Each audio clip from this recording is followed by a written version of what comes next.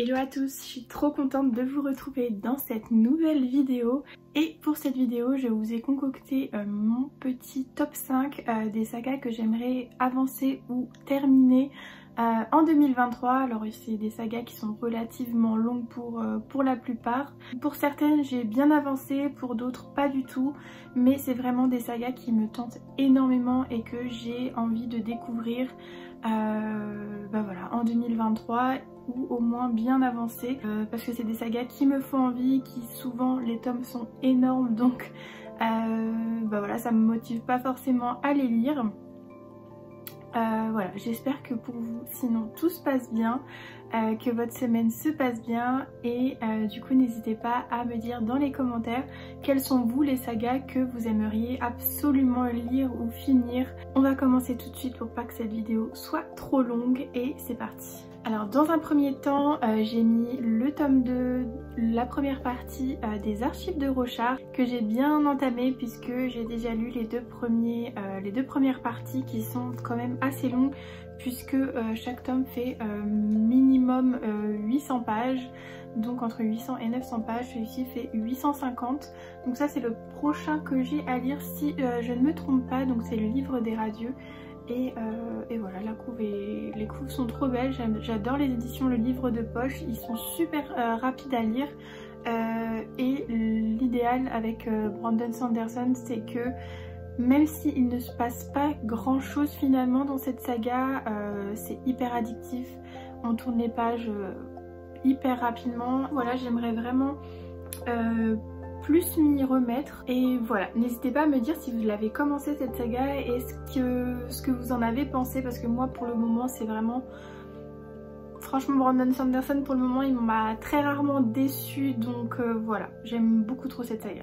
Ensuite une autre saga d'un auteur hyper connu aussi, donc c'est La Roue du Temps de Robert Jordan. Donc là c'est le préquel dans l'édition France Loisirs. Malheureusement je crois qu'on les trouve plus ou alors peut-être en occasion, mais moi j'aimais vraiment beaucoup ces éditions, c'était hyper pratique. Il y avait deux tomes, deux poches Brajlon dans un intégral en fait. Donc moi j'ai que le premier tome qui est comme ça. Et le préquel pour le coup, mais voilà, c'est vraiment une saga dont j'entends beaucoup de bien et que j'ai vraiment envie de plus découvrir cette année. Donc j'ai bientôt fini l'intégrale 1, il me reste quelques pages et ensuite je vais enchaîner avec les poches dans les éditions Brajlon qui seront peut-être un peu plus rapides à lire, puisque c'est vrai que là je crois dans le premier intégral il y a au moins 1000 pages, donc voilà, c'est peut-être un peu grand pour se motiver à lire une longue saga. Pour les poches chez Brajlon, ils en sont déjà au 23 ou 25, si ce n'est plus. Je suis très en retard. Il y a beaucoup trop de choses qui me donnent envie en ce moment de lire et je mets beaucoup trop de temps à lire aussi. En ce moment c'est une catastrophe niveau rythme. J'essaye de... Il faut vraiment que j'essaye en mars de finir cette intégrale et peut-être de commencer le poche, mais en tout cas j'aimerais vraiment trop avancer dans cette saga. Ensuite, pour rester dans la fantasy, j'ai mis également L'Assassin Royal de Robin Hobb. J'ai déjà lu le premier tome puisque c'est un intégral également. Voilà, j'en suis au deuxième tome. Ouais, j'en suis là. J'avais déjà lu tout ça, j'avais trop aimé, c'était trop bien. L'univers est juste top. Il n'y a pas de résumé. Je vais essayer de vous trouver un petit résumé. Pour vous faire un rapide résumé, dans l'Assassin Royal, on va suivre Fitz qui va être désigné par le roi pour devenir son assassin personnel.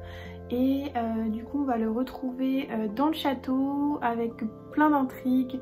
Il va devoir également se former au combat, à la politique. Donc il va avoir un maître qui va lui apprendre tout ce qu'il doit apprendre. Alors je me souviens plus du tout de son nom au maître, ça fait tellement longtemps que vous savez qu'avec les noms des personnages c'est un peu compliqué. Je les oublie très rapidement, surtout que je crois que ça fait 2 ans que je l'avais lu celui-ci, donc on peut me pardonner. Voilà en tout cas pour le petit résumé. Moi j'ai beaucoup aimé l'ambiance, pareil la plume de l'autrice est très immersive. on est tout de suite dans l'univers, on est vraiment avec Fitz en fait, en train de découvrir voilà, tout ce qui lui arrive et c'était vraiment chouette. J'ai également beaucoup envie de lire Les Aventuriers de la Mer. Pareil, c'est une longue saga, donc j'ai le tome 1 dans ma palle, donc pourquoi pas, mais pour le moment j'aimerais vraiment me concentrer sur l'Assassin Royal qui je crois il y a déjà au moins 4 tomes, 4 intégrales qui sont sortis, mais en tout cas voilà, celui-ci j'ai beaucoup trop envie de le continuer. Ensuite dans une série, dans une saga un peu moins fantasy, même si on reste toujours un petit peu dedans, mais cette fois avec des sorcières, donc il s'agit de la saga Le Feu de la Sorcière de James Clemens. J'avais commencé le tome 1 je crois il y a 2 ans également, c'était une autre édition, vous savez c'était l'édition un peu cuir que j'ai pas du tout aimé au niveau de... Alors moi j'étais un petit peu trop exigeante aussi au niveau des éditions et au niveau de la facilité à lire puisque j'avais très peu de temps et du coup je cherchais toujours à... Voilà, à ce que ce soit facile à lire même quand j'étais fatiguée. Donc voilà, c'était pas du tout la bonne édition pour commencer. Et du coup sur Vinted j'avais pris les 3 premiers tomes. Je les avais trouvés d'occasion, donc c'était vraiment trop cool. Et en plus ces couvertures là sont trop belles. Ouais, j'ai les 3 premiers tomes et vraiment je suis pas du tout déçue par les couvertures. Et puis à l'intérieur c'est beaucoup plus simple à lire. L'autre édition c'était vraiment écrit trop petit, donc ça me plaisait pas trop. Pour vous faire un rapide résumé également, on va suivre Elena qui a hérité d'un mystérieux pouvoir, un pouvoir un petit peu ancien. Et voilà, va arriver le jour où elle va être poursuivie par le Seigneur Noir qui va lui lancer des hordes de créatures voilà, à sa poursuite. Et elle va devoir forcément s'enfuir et voilà, déjouer un peu les plans du Seigneur Noir.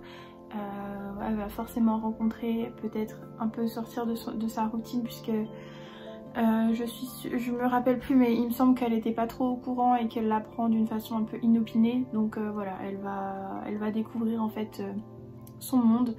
Peut-être que je me trompe, mais c'est souvent comme ça, donc je pense que ça va se passer comme ça. J'ai hâte de lire cette saga et de voir un peu comment ça a été traité, puisque j'aime bien les livres sur les sorcières, donc voilà. Ensuite on va continuer avec une saga que j'ai commencé il y a beaucoup trop longtemps et que j'ai laissé beaucoup trop longtemps pareil en pause.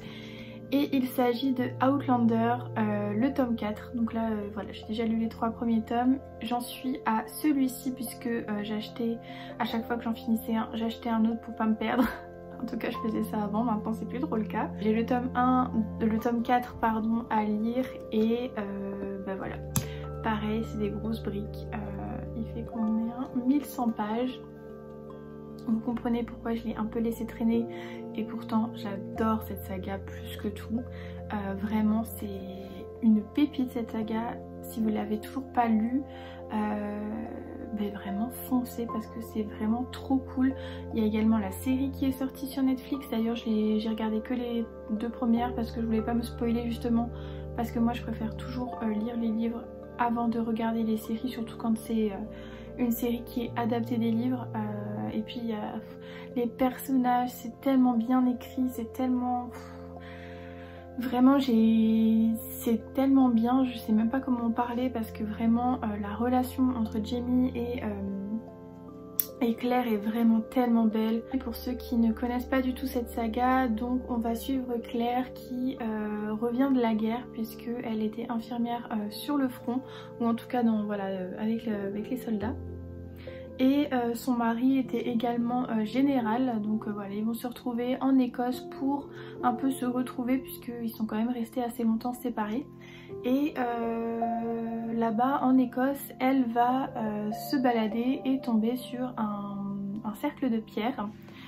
Et un jour, elle va toucher les pierres et se retrouver quelques années, même voire quelques centaines d'années avant son époque, puisqu'elle va se retrouver voilà, dans les années 1600-1700 en Écosse, et elle va donc faire la rencontre de Jamie et de son clan, et voilà, il va se passer tout un tas de choses entre le passé et le futur.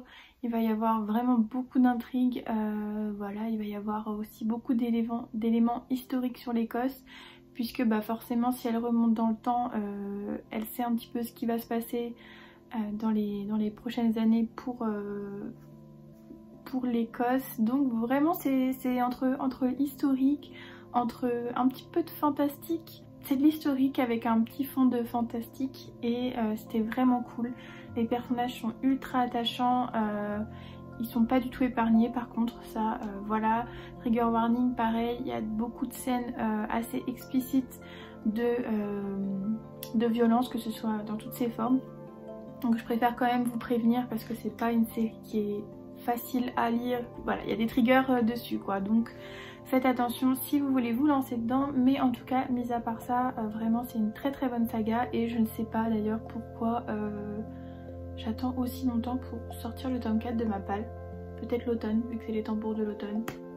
Voilà pour ma petite sélection de sagas que j'aimerais absolument terminer, ou en tout cas bien avancer en 2023. Je vous répète, n'hésitez pas à me mettre les vôtres ou à me dire si y a des sagas que vous ne connaissiez pas et que je vous ai donné envie de découvrir. J'espère en tout cas que cette vidéo vous aura plu, qu'elle vous aura donné des idées de lecture. N'hésitez pas à mettre un petit like et un petit commentaire, ça me fait toujours plaisir et ça me motive.